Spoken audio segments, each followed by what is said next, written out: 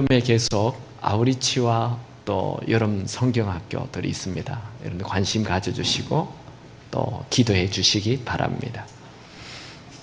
우리가 계속 요즘 스가랴서를 보고 있죠. 오늘은 5장을 보게 됩니다. 성전을 청소하십시오 라는 제목으로 말씀 나눕니다.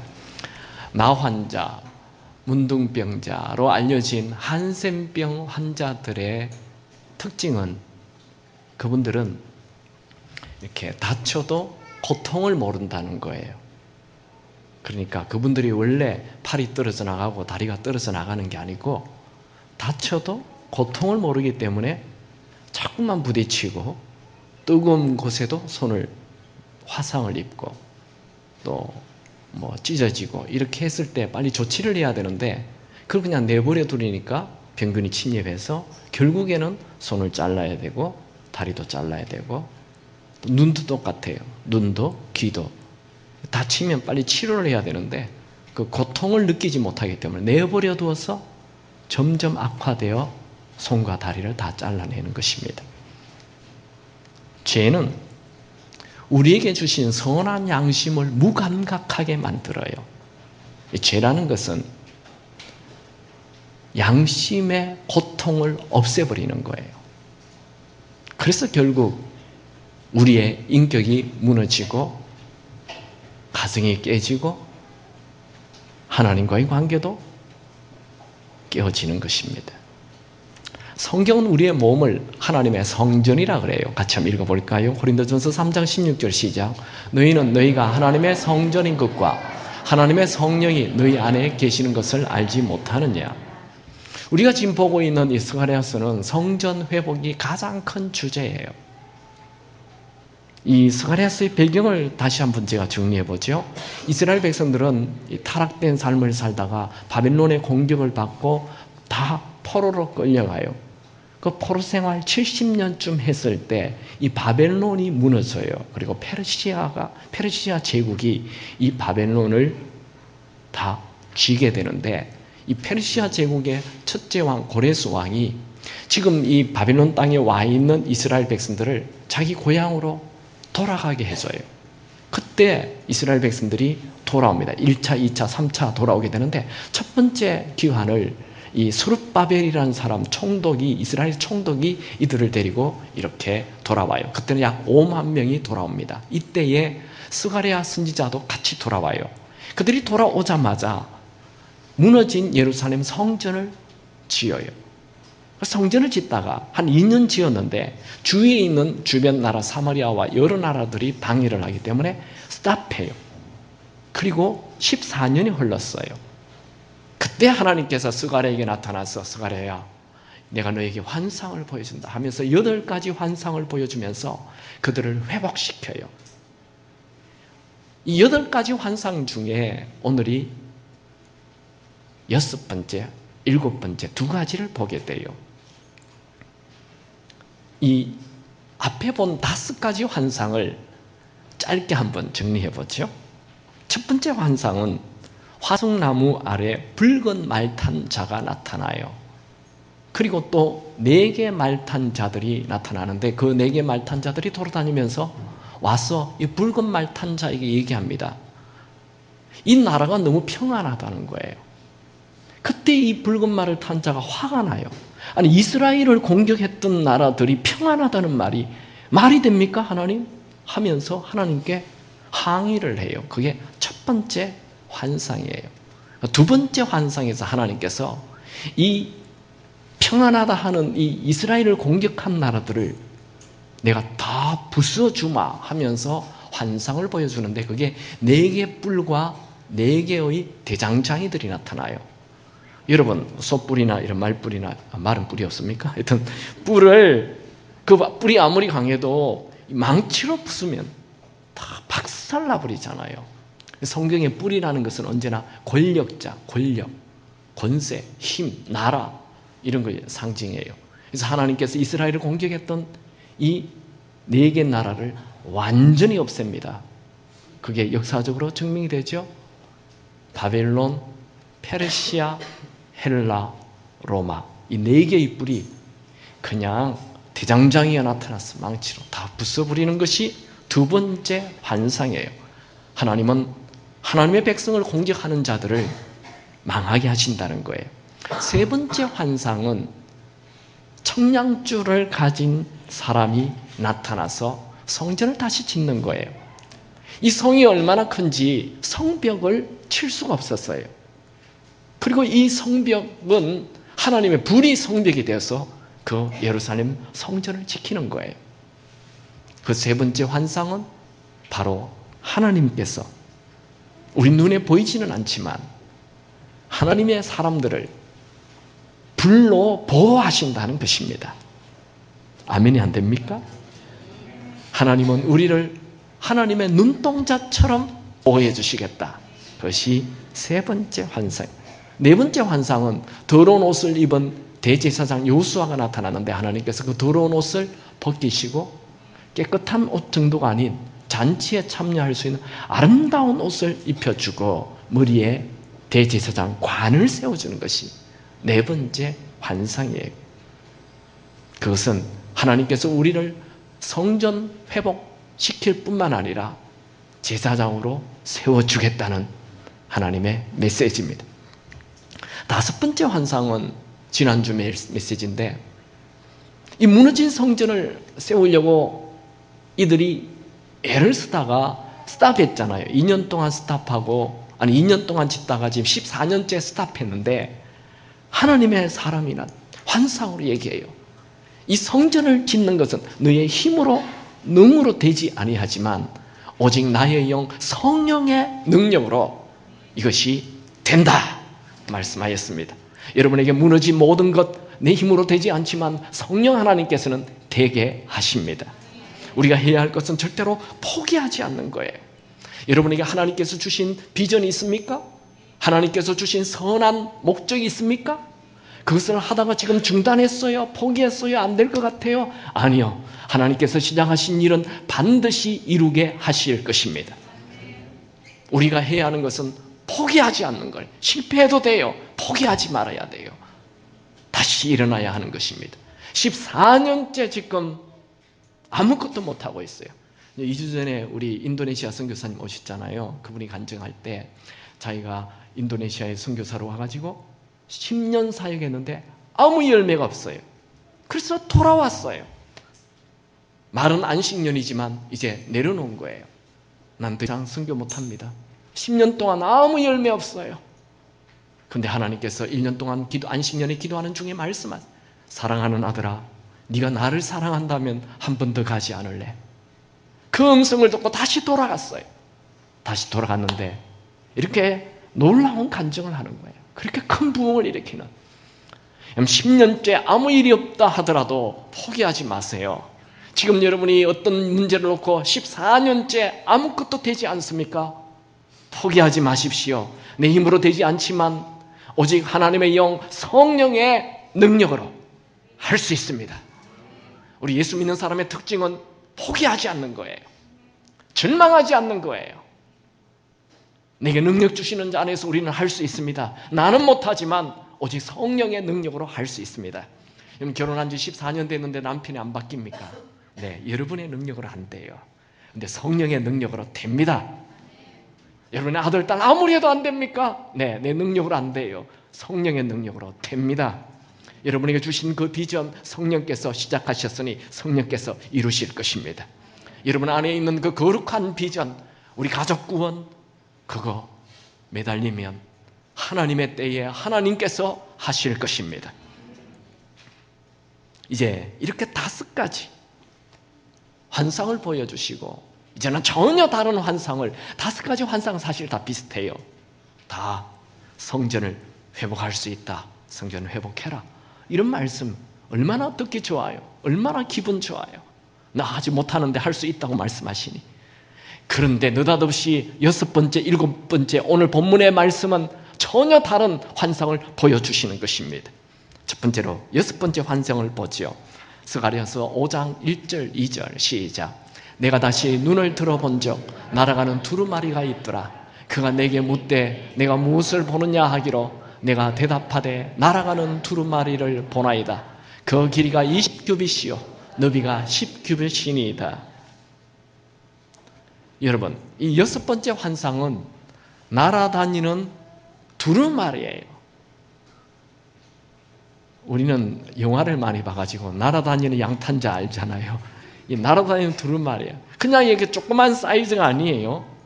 이 크기가 얼마나 큰지, 길이가 20규빗, 너비가 10규빗이에요. 규빗이라는 단어는 우리가 잘 쓰지 않는 단어인데, 길이 이게 이 어른의 이 손가락 끝에서 이 팔굽까지를 한 규빗이라 그래요. 요거 얼마나 될까요? 제가 재봤거든요. 제가 재보니까 한 41cm 정도 되더라고요. 근데 보통 사람들의 규빗은 45cm로 이렇게 통일을 해요. 그러니까 20규빗이면 9m예요. 9m가 날아가는 거예요. 날아다녀, 이 큰 양탄자가. 여기서 저 끝까지 한 9m 되겠죠? 그리고 또 너비가 4.5m. 이거 한 배가 되는 그런 사이즈예요. 이런 큰 두루마리가 날아다니는 거예요. 두루마리는 원래 성경을 감는 거예요. 옛날 성경은 양피지, 양의 가죽에다가 글을 썼습니다. 그래서 이 두루마리 하나는 많지 않아요. 그런데 이건 너무 큰 거예요. 보통 성경 하나, 성경이 66권인데 66권 중에 한 권을 써도 두루마리가 뭐 100개, 20개 뭐 이렇게 많아요. 그런데 이 많은 두루마리를 모아두는 곳간이 있어요. 방이 있어요. 그게 예루살렘의 그 성전에 있는데, 솔로몬 성전 때에 이 두루마리 성경만 모아두는 방을 낭실이라고 얘기했어요. 그 낭실의 크기가 방금 얘기한 9m와 4m 50 정도 돼요. 그러니까 이 두루마리가 날아다닌다는 것은 하나님 말씀 전체가 다 날아다니는 거예요. 하나님 말씀이 적힌 것이 다 날아다니는데, 이 말씀 안에는 축복의 말씀이 있고 저주의 말씀이 있어요. 이 말씀을 지키면 내가 축복해주고, 이 말씀 지키지 않으면 저주한다라는 말씀이 지금 날아다니는 거예요.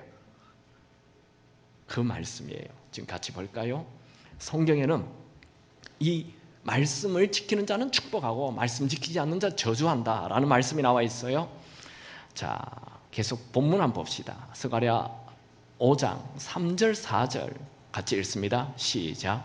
그가 내게 이르되 이는 온 땅 위에 내리는 저주라.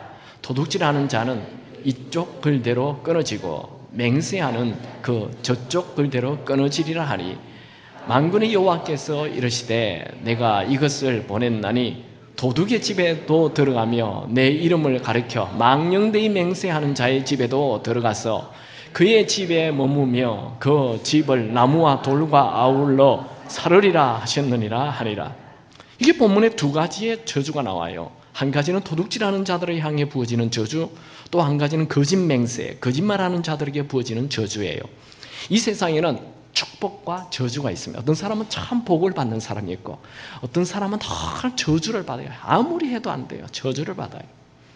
어떤 사람에게 축복, 어떤 사람에게 저주가 부어집니까? 말씀 보죠. 신명기 11장 26절 28절 시작. 내가 오늘 복과 저주를 너희 앞에 두나니 너희가 만일 내가 오늘 너희에게 명하는 너희 하나님 여호와의 명령을 들으면 복이 될 것이요, 너희가 만일 내가 오늘 너희에게 명령하는 도에서 돌이켜 떠나 너희 하나님 여호와의 명령을 듣지 아니하고 본래 알지 못하던 다른 신들을 따르면 저주를 받으리라. 여러분, 하나님의 말씀이 진리인 것을 믿습니까?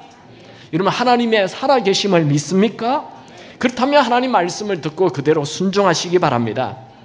하나님은 하나님의 말씀을 들으면 축복을 부어주시고, 하나님 말씀을 듣지 않고 불순종하면 저주를 부을 것이라 말씀하셨습니다. 이 축복과 저주는 신명기 27장, 28장에 쭉 나와 있어요.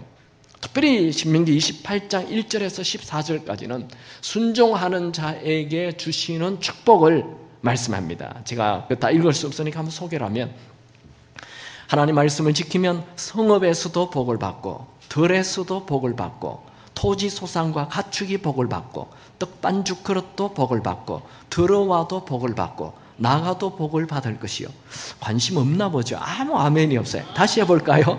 하나님 말씀을 지키면 성읍에서도 복을 받고 들에서도 복을 받고 토지 소산과 가축이 복을 받고 떡반죽 그릇도 복을 받고 들어와도 나가도 복을 받을 것이요, 또 대적들이 치러 왔다가도 일곱 길로 도망갈 것이고, 창고가 가득한 축복을 받게 되고, 모든 민족 중에 뛰어나게 하시고, 때를 따라 비를 내려주시고, 남에게 구워줄지언정 꾸지 않는 자가 되게 하시고, 머리가 될지언정 꼬리가 되지 않게 하실 것입니다.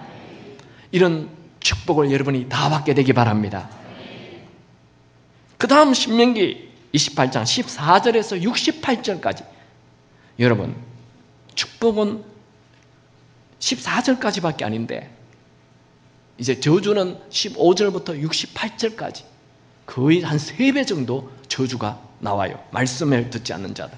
그들은 어떤 저주를 받습니까? 아까와 딱 반대예요. 성읍에서도 저주를 받고, 떡반죽도 저주를 받고, 토지도 저주를 받고, 가축도 저주를 받고, 들어가도 저주를 받고, 나가도 저주를 받고, 각종 전염병이 다 돌고, 모든 자연재앙이 다 일어나고, 그 민족이 세계 만국으로 쫓아가고, 나라는 흩어지고, 애굽에 있었던 모든 질병이 다 일어나고 압제와 노략질을 당할 것이다. 와, 여러분, 이 말씀은 겁을 주는 말씀이 아니에요. 정말 말씀 그대로 됩니다. 이스라엘 백성들이 하나님의 말씀에 순종하지 않았을 때 얼마나 큰 고통이, 하나님 말씀 순종했을 때는 다윗 왕 때, 솔로몬 왕 때에 태평성대를 이룹니다. 무엇을 해도 잘 되었어요. 그런데 그들이 하나님을 버리고 우상 숭배하고 거짓말과 도둑질하면서 살아가자 나라가 쪼개져 버리고 민족들이 흩어지고 결국에는 포로로 끌려가는 비참한 삶을 살았어요. 이스라엘 백성들은 하나님 말씀에 순종하지 않고 우상 숭배하여 결국 70년 포로 생활을 하였습니다. 이제 포로를 마치고 돌아온 이스라엘 백성들은 다시는 내가 말씀을 범하지 않을 것이다, 말씀대로 살리라 결심하였죠. 그들은 이 말씀에 순종하며 산다는 것이 얼마나 중요한지 뼈저리게 몸으로 체험했어요. 그래서 그들은 바벨론 포로 생활을 마치고 돌아오자마자 제일 먼저 성전을 짓고 있는 것입니다. 그런데 그 성전 짓기에 어려움이 오자 중단하였습니다. 그리고 그들은 이제 말씀에 순종하며 살기보다 도둑질하고 거짓말하고 살아가고 있어요.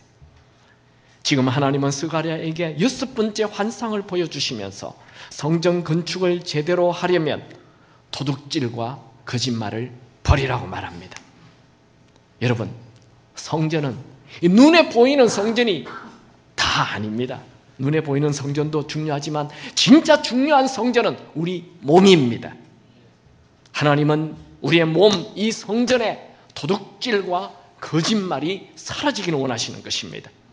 첫 번째, 도둑질을 없애야 합니다. 그들은 뭘 도둑했습니까? 느헤미야와 말라기를 보면 그들이 바벨론 포로 생활을 마치고 돌아온 이스라엘 백성들은 70년 동안 바벨론에 살았기 때문에 바벨론 사람들의 문화에 익숙해져 있어요. 그래서 바벨론 사람들이 그렇게 거짓말을 많이 하고 도둑질을 많이 하는 것을 다 몸에 배어서 돌아왔어도 이 이방 사람들과 똑같이 행동한다는 거예요. 그들은 바벨론 사람들처럼 높은 고리 대업을 하여 같은 이스라엘 백성들끼리 고리 대업을 하여 그 자녀들을 자기의 종으로, 노예로 만들고, 돈 있는 사람들은, 그리고 도둑질을 하고 또 하나님의 것을 하나님께 드리지 않는 11조에 대한 도둑질을 하고 살았어요.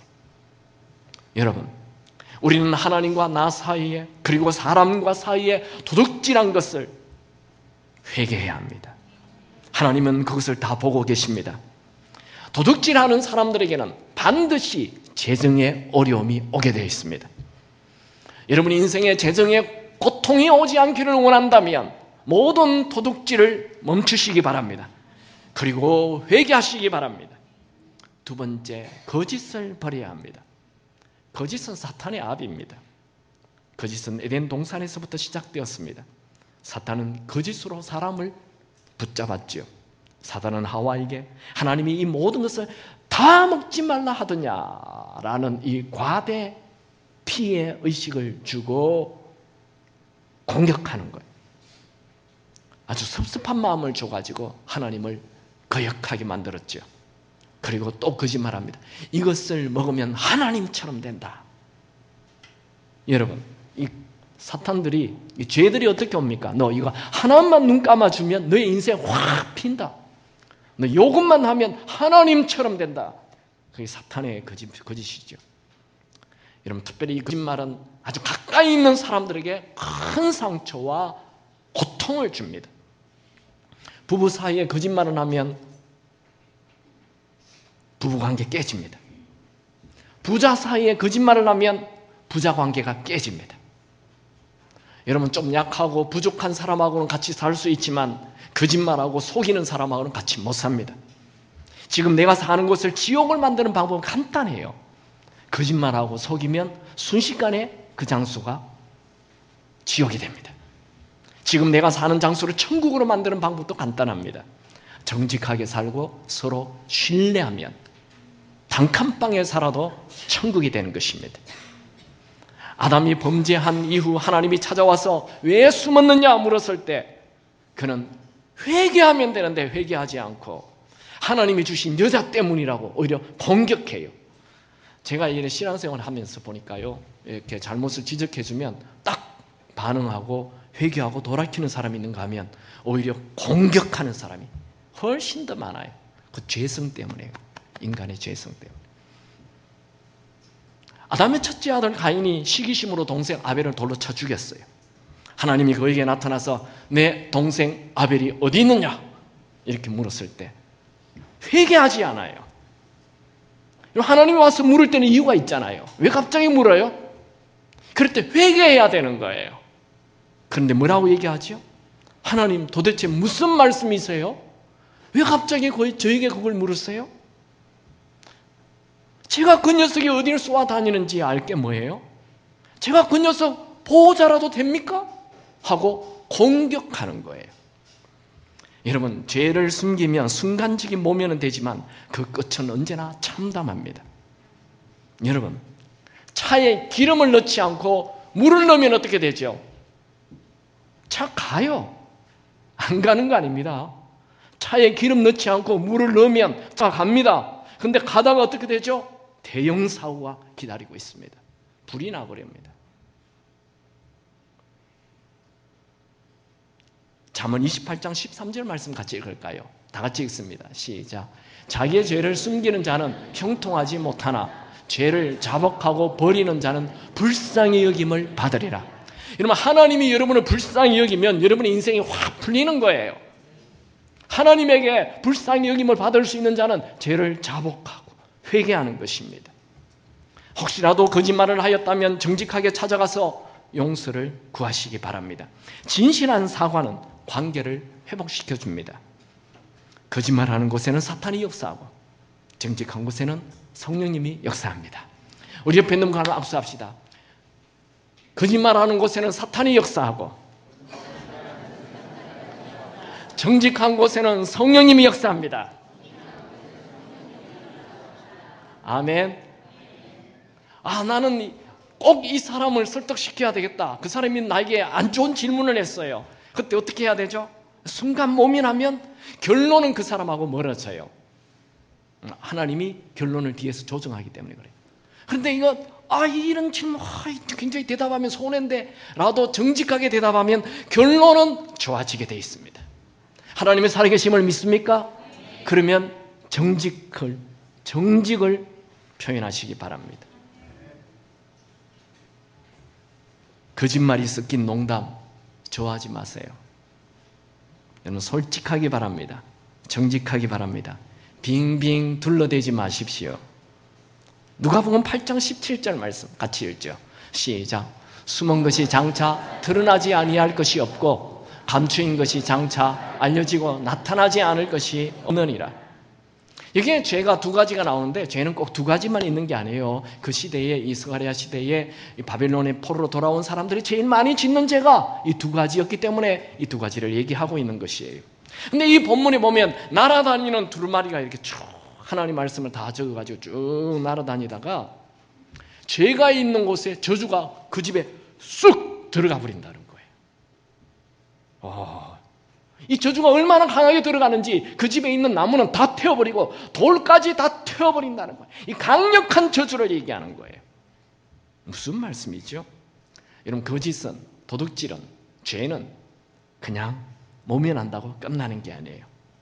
거짓말은 당장 위기는 모면하게 하지만 그 끝은 참담하게 됩니다.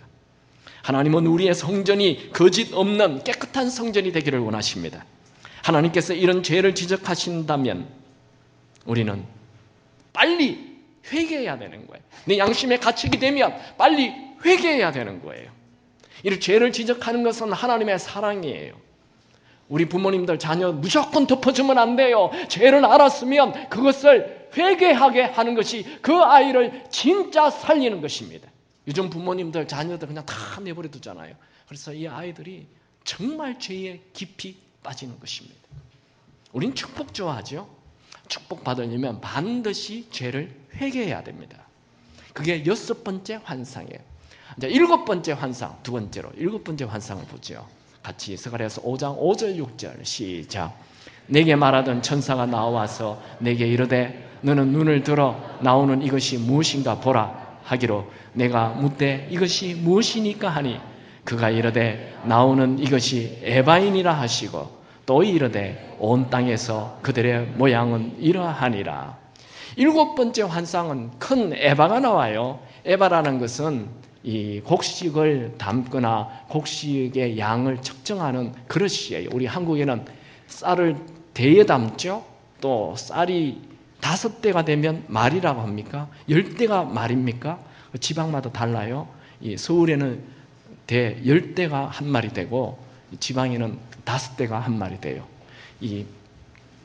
이런 쌀 담는 말 보셨어요? 요즘 청년들은 잘 못 보죠. 우리는 어릴 때 많이 봤어요. 그런데 이 한 쌀 10대 들어가는 말이 한 20kg 정도 되는데 이 에바가 한 그 정도 사이즈가 돼요. 근데 이 에바는 오늘 본문에 나오는 에바는 좀 커요. 한 여자가 들어갈 수 있는 그런 보통 말이 한 2~3배 되는 큰 말이에요. 큰 에바예요. 그 안에 여자가 들어가 있어요. 그리고 그 여자가 들어가 있는 이 에바를 납으로 확 닫아버리는 거예요. 아주 무거운 납으로 절대 열지 못하게 만들어버려요. 같이 말씀 보죠.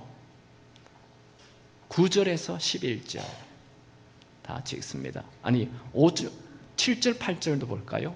7절, 8절 시작. 이 에바 가운데에 한 여인이 앉았느니라 하니 그때에 둥근 납 한 조각이 들리리라. 그가 이르되 이는 악이라 하고 그 여인을 에바 속으로 던져놓고 납 조각을 에바 어기 위에 던져 덮더라. 그 큰 에바 속에 한 여자를 넣었어요. 그리고 이 여자의 이름은 악이라 하였어요. 이 여인이 들어있는 에바를 닫고 납 조각으로 닫아버렸어요. 그리고 이 여인이 들어있는 이 에바를 천사들이 들고 시날 땅으로 보내요. 스가랴 5장 9절에서 11절 시작. 내가 또 눈을 들어본즉 두 여인이 나오는데 하게 날개 같은 날개가 있고 그 날개에 바람이 있더라.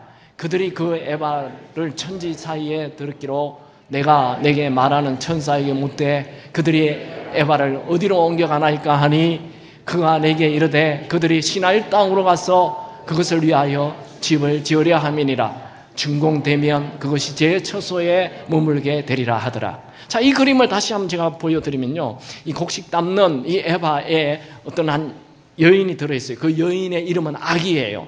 이 악이라는 여인에게 그 통에다가 집어넣고 납으로 확 닫고 또 그 옆에 두 여자 천사가 있어요. 날개가 달린 여자 천사가 이걸 들고 시나이 땅으로 가서 버려요.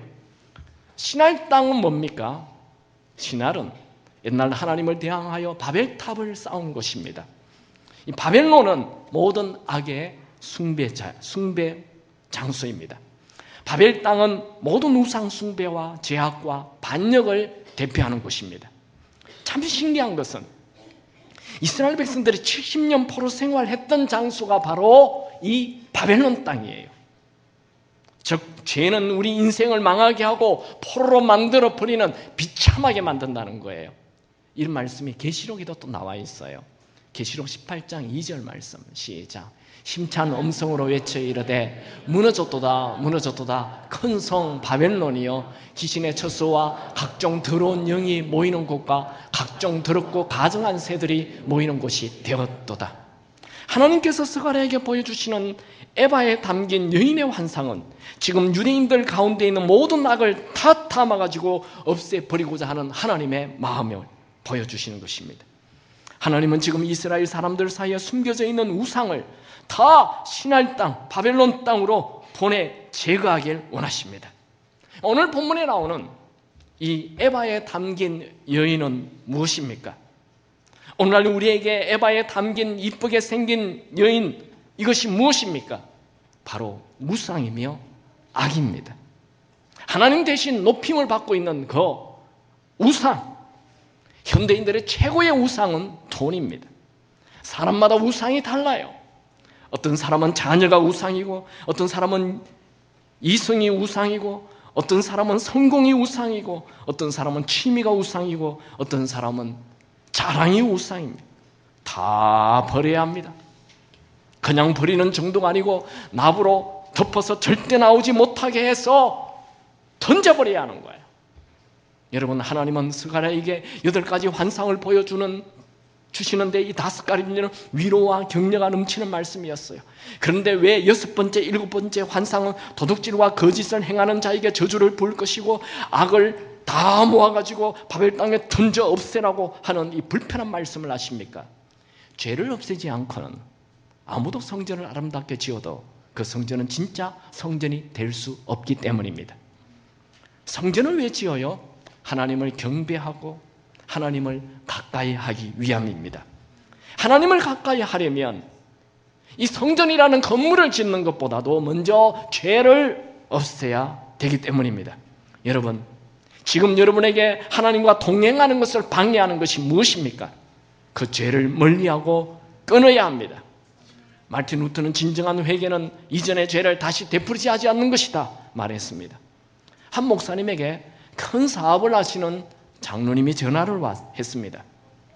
여러 가지 어려움을 말하고 기도해 달라고 했습니다. 목사님은 전화보다도 이메일로 보내주시면 교육자들과 함께 기도하겠다고 했더니 그 장로님이 이상한 대답을 했습니다. 목사님, 저는 이메일이 없습니다. 아니, 그 큰 사업을 하시는 장로님께서 이메일을 쓰시지 않는다니 말이 됩니까? 목사님은 귀를 의심하면서 장로님, 이메일이 없으시다고요? 네, 저는 제가 얼마나 악한지 압니다. 저도 이메일이 있었습니다. 그런데 컴퓨터를 쓰다 보니까 자꾸만 죄를 짓게 되어 컴퓨터를 사용하지 않습니다. 제가 너무 부족했어요. 목사님은 해머로 한 대 맞은 기분이었습니다. 여러분, 우리는 선하지 않습니다. 우리는 죄에 대하여 강하지 않습니다. 자주 넘어집니다. 우리의 경건을 방해하는 것 단호하게 끊어야 하는 거예요. 그럼 제가 옛날 그 청소년 사역을 좀 했어요. 그럴 때 벌써 한 30년 전의 얘기죠. 20년 전. 그때는 이 아이들이 컴퓨터가 막 나왔어요. 그래서 이렇게 얘기했습니다. 우리가 그 청소년 사역자들과 같이, 여러분, 아이들 컴퓨터 사용하지 못하게나 할 수 없잖아요. 그 대신 컴퓨터는 반드시 거실에서 사용하게 하십시오. 자기 방 혼자 문 닫고 하는 것은 절대 안 됩니다. 이렇게 우리가 같이 충고해 주었어요. 근데 요새는 그게 필요 없어요. 요즘에는요, 거실에서 쓸 필요가 없거든요. 다 내 손 안에 있소이다. 아이들이 다 손에 들고 다녀요. 이걸 부모가 어떻게 컨트롤해요?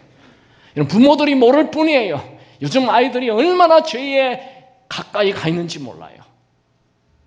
우리는 새 아이를 키울 때 스마트폰 1개만 줬어요. 3명이 같이 쓰라. 그렇게 했어요. 말이 안 된다 하지만 그렇게 했었어요.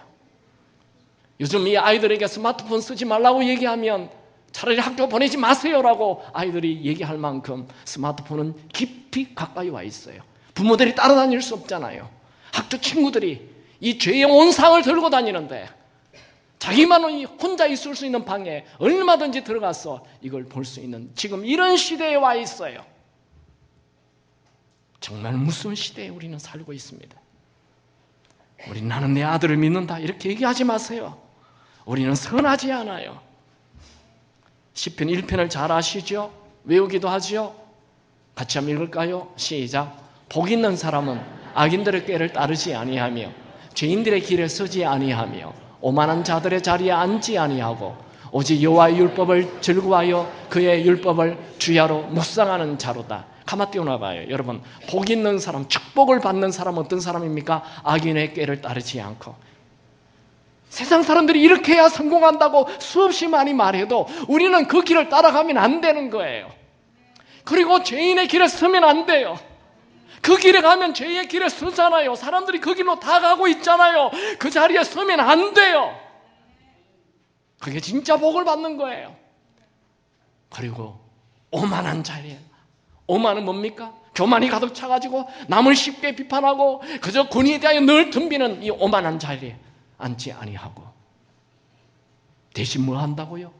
오직 여호와의 율법을 즐거워하고 하나님 말씀을 주야로 묵상하는 사람. 이러면 유럽에, 미국 뉴욕에 가보면 유대인 대학이 하나 있어요. 그 대학에 공부하는 아이들은 그 학교를 졸업하면 다 미국의 상류사에 들어가요. 대부분 변호사나 뭐 이런 사자 둘림의 아이들이 다 돼요. 그 아이들이 공부하는 방법을 보면 오전 내내 하나님 말씀을 외워요. 아니, 대학생들인데 학교 공부하지 않고 오전 내내 하나님 말씀을 연구하지 않고 하나님 말씀을 암송해요. 그리고 오후에 이제 자기 전공을 공부해요. 이 아이들이 이 시대를 이끌어가고 있다는 거예요. 주야로 하나님 말씀을 묵상하는 사람에게 하나님의 축복이 임하는 것입니다. 하나님에게 오는 복을 받기를 원하십니까? 이런 사업을 하는 분, 큰 사업 하는 분들은 늘 얘기하잖아요. 이거 내 힘으로 되는 게 아니라고. 누가 도와줘야 된다고. 그런 얘기를 하죠. 여러분은 작은 사업에서 그런 거 필요 없습니까? 네, 큰 사업을 하면 반드시 누가 도와줘야 돼요. 결혼도 똑같아요. 결혼은 내가 사람 찾아다닌다고 좋은 사람 만나는 게 아니에요. 성경에는 현명한 여인은 하나님 여호와에게서 나온다고 했어요. 내 노력이 아니에요. 하나님의 축복이 필요합니다. 하나님의 축복, 어떻게 할 때? 죄의 길에 가지 않을 때, 하나님 말씀 가까이 할 때 하나님의 축복이 임하는 것입니다. 여러분, 복 받기를 원하십니까? 그렇다면 나쁜 친구를 멀리 하십시오. 아무리 공부해도 안 돼요. 죄된 자리를 피하십시오. 특별히 부정적인 사람을 만나는 것 멈춰야 돼요. 죄는 우리에게 하나님이 주신 비전을 녹슬게 하고, 죄는 우리의 이 열정의 불을 꺼지게 만들고, 죄는 우리의 인생을 망가뜨립니다. 지금 여러분이 죄를 짓고 있다면 여러분의 미래를 어둡게 색칠하고 있는 것입니다. 여러분의 미래를 좋게 만들려면 무엇보다도 죄를 회개하고 죄로부터 완전히 떠나야 하는 것입니다. 죄는 보지도 말고 듣지도 말고 만지지도 마십시오. 우리는 죄에 대하여 심각하게 생각해야 합니다. 현대인들은 죄에 대해 너무 관대합니다. 거짓말 할 수 있지, 도둑질도 할 수 있지, 탐욕도 부릴 수 있지, 명품 좀 있으면 안 돼? 취미 생활 좀 하면 안 돼? 여러분, 어떤 분은 일주일 내내 취미 활동하다가 주일날 와서 겨우 예배 참석하고 예배 때 계속 주무시고, 한 잔의 술, 괜찮아, 한 잔 좀. 요즘 현대인들이 한 잔의 술도 안 해? 한 잔의 술, 한 잔은 2잔 되고 2잔은 10잔 되고 10잔은 그 사람을 삼켜버리죠. 제인 웨이라는 분이 이런 말을 했습니다. 죄에 대해 너그러운 마음을 가지도록 변론하는 것이 사탄의 논리다. 여러분, 인권보다 신권이 중요한 것을 믿으십시오. 요즘 동성연애 인권 얘기하죠. 그들의 인권, 그들을 보호해줘야 된다. 여러분, 신권이 회복되어야 인권이 살아납니다. 동성연애는 가정을 파괴하고 다음 세대를 없애버리는 거예요. 정말 인권을 원한다면 신권을 받아들여야, 우리를 만드신 그분의 방법을 받아들여야 인권이 회복되는 것입니다. 하나님이 안 된다는 것은 안 됩니다. 죄를 가까이 하면 죽습니다. 죄를 가까이 하면 하나님과 끊어집니다. 여러분, 죄와 동행하지 마시고 주님과 하나님과 동행하십시오. 오늘 말씀을 듣고 불편하거나 찔리는 분이 있습니까? 그분에게 소망이 있어요. 그분은 자기가 고치면 되지만 이런 얘기를 할 때 환경이 다 그래. 우리 환경 그래. 그건 난 어쩔 수 없어 하는 사람은, 남 핑계대는 사람은 책임을 남에게 돌리기 때문에 그 사람은 절대로 바뀌지 않아요. 오늘 말씀 듣고 찔림을 받고 회개할 수 있게 되기 바랍니다. 여러분, 말씀 앞에 목이 고든 백성 되지 마십시오. 말씀 앞에 순전하게 반응하십시오. 똑같이 햇빛이 비추어도 고목나무를 비치면 그 나무 말라 죽고, 어린 나무에게 비치면 그 나무는 잘 자라납니다. 똑같은 물을 마셔도 독사가 마시면 독이 되고 소가 마시면 우유를 냅니다. 똑같은 말씀을 들어도 어떻게 반응하느냐에 따라서 그 사람의 인생이 달라집니다. 여러분, 이 세상에 죄에 대한 기원에 대해서 말해주고 죄에 대해 책망하는 책은 오직 성경밖에 없어요. 이 하나님 말씀, 성경 말씀을 들으십시오. 히브리서 4장 12절 시작. 하나님의 말씀은 살아있고 운동 활력이 있어 좌우의 날선 어떤 검보다 예리하여 혼과 영과 및 관절과 골수를 찔러 쪼개기까지 하며 또 마음의 생각과 뜻을 판단하는. 여러분, 하나님 말씀은 칼이 되어서 우리를 찌른다는 거예요. 여러분이 양심에 찔림이 있기 바랍니다. 이 말씀을 듣고도 양심에 찔림이 없고 오히려 공격한다면 그 사람은 버림받은 사람이에요. 여러분, 말씀을 듣고 찔림이 있어야 돼요. 오호라 내가 어찌할꼬 하며 반응할 수 있게 되기 바랍니다. 하나님께서는 스가랴에게 성전을 짓기 전에 6번째, 7번째 환상을 보여주시면서 죄를 청소하길 원하셨습니다. 스가랴가 이 환상을 보고 스룹바벨이 세운 성전은 앞에 솔로몬이 세운 성전에 비할 때 아주 초라한 조그만 성전이었어요. 하나님에게는 이 성전의 크기가 중요하지 않습니다. 하나님은 성전의 크기보다도 성전이 깨끗하길 원하십니다. 하나님은 여러분이 위대한 일을 하기보다도 여러분이 거룩하기를 원하십니다. 하나님은 여러분이 큰 일을 하는지 작은 일을 하는지 별 관심 없어요. 하나님의 관심은 여러분의 거룩입니다. 우리의 몸이 다 하나님의 성전입니다. 오늘 여러분의 성전이 깨끗한 성전이 되십시오. 예수님의 피와 회개는 우리의 모든 죄를 깨끗하게 합니다.